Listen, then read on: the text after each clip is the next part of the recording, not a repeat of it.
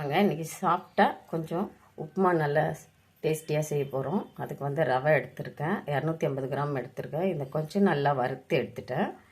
இப்போ வந்து இதுக்கு என்ன தேவையான பொருளுங்கிறத பார்க்கலாம்.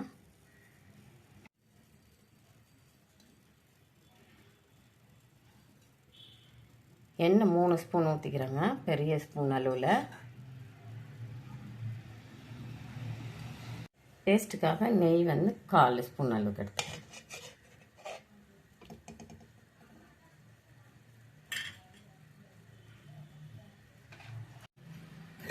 கடுகு 1 ஸ்பூன் அளவுக்கு எடுத்துக்கலாம், சின்ன ஸ்பூன் அளவு.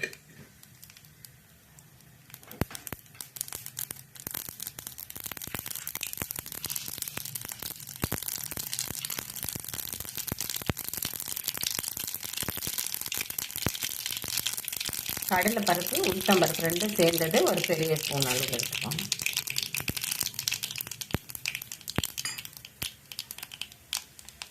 கருவேப்பிலை கொஞ்சம் எடுத்துக்கலாம். வெங்காயம் ஒன்று பொடியாக நறுக்குனது, கொஞ்சம் பெரிய வெங்காயமாக எடுத்துக்கோங்க, அப்போ டேஸ்ட் கொஞ்சம் கூட இருக்கும். ரவா உப்புமானா அதுக்குமே கொஞ்சம் வெங்காயம் கூட இருக்கணும்.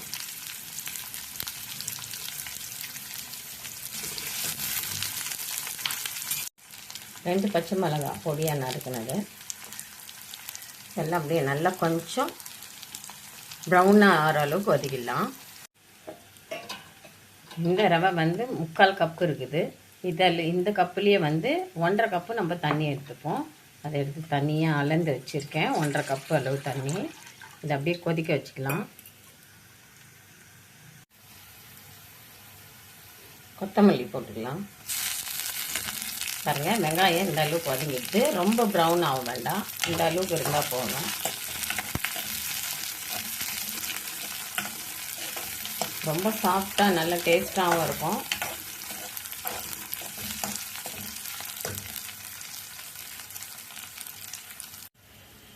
இப்போ வந்து எண்ணெயிலே ரவை போட்டுக்கலாம். இந்த மாதிரி செய்தால் வந்து ரொம்ப சாஃப்டாக இருக்குங்க. நல்லா கையில் தொட்டுறச்சு ஒட்டவே ஒட்டாத அளவுக்கு நல்லாயிருக்கும். அந்த அளவுக்கு சாப்பிட்டா உப்புமா யாரும் வேண்டான்னே சொல்ல மாட்டாங்க. நல்லா வாசமாகவும் இருக்கும், டேஸ்ட் ரொம்ப நல்லாவும் இருக்கும்.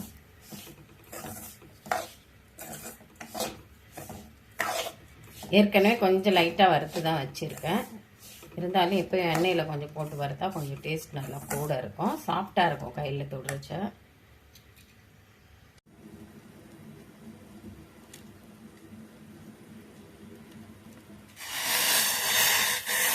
தண்ணி நல்லா கொதிச்சாச்சு. அப்படியே இதில் கொஞ்சம் கொஞ்சமாக ஊற்றிடுவேன்.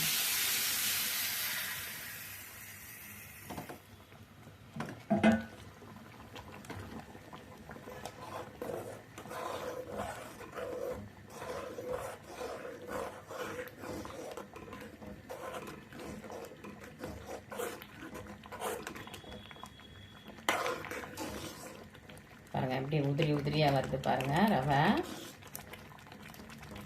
ஒட்டவே ஒட்டாது, கட்டி பிடிக்காதுங்க, நல்லா கட்டி தட்டாது, நல்லா அப்படியே சாஃப்டாக இருக்கும். இது மாதிரி ட்ரை பண்ணுங்க. வாசம் பாருங்க, நல்லா அப்படியே முப்ப தொலைகிறது வாசம். உப்புமா வாசம், யாரும் உப்புமா வேண்டாம் உப்புமாவா வேண்டான்னே சொல்ல மாட்டாங்க, அவ்வளோ டேஸ்டியாக இருக்கும்.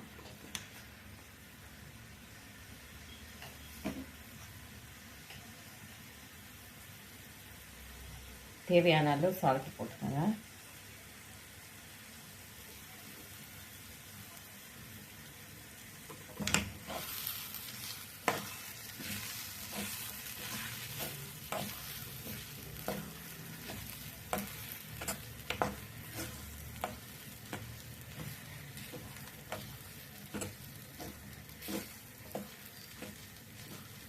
இவ்வளோ மிருதுவாக இருக்குது பாருங்கள், கட்டி இல்லாமல் எவ்வளோ தொடுறதுக்கே எவ்வளோ பாருங்கள், மிக்ஸ் பண்ணுறதுக்கே நல்லா வந்து அவ்வளோ சாஃப்டாக இருக்குது. எவ்வளோ சாஃப்டாக இருக்குது, அப்படியே கரண்டிலே ஒட்டாமல் வர்றது பாருங்கள்.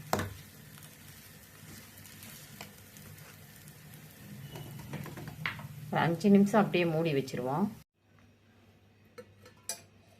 பாருங்கள், சூப்பராக ரெடி ஆகிடுது உப்புமா. கையிலேயே தொட்டாலே வந்து வராதுங்க, அந்த அளவுக்கு டேஸ்ட்டாக இருக்கும், சாஃப்டாக இருக்கும். அப்படியே வேறு பவுலில் மாற்றிக்கலாம். பாருங்கள், சூப்பராக ரெடி ஆகிடுது உப்புமா. ரவா உப்புமா ரொம்ப சாஃப்டாகவும் டேஸ்ட்டாகவும் இருக்கும். வாசனை பாருங்கள், நல்லா ரொம்ப வாசனையாக நல்லாயிருக்கும். இந்த மாதிரி ஒரு முறை ட்ரை பண்ணுங்கள். யாரும் உப்புமா எனக்கு வேண்டான்னே சொல்ல மாட்டாங்க. ரொம்ப நல்லா டேஸ்டியாக சாப்பிடுவாங்க. இந்த வீடியோ பிடிச்சிருந்தா லைக் பண்ணுங்கள், ஷேர் பண்ணுங்கள், சப்ஸ்கிரைப் பண்ணுங்கள். மறக்காமல் பெல் ஐக்கானை கிளிக் பண்ணுங்கள். உதயத்தின் ஒளி தந்து உலகத்தை வாழ்விக்கும்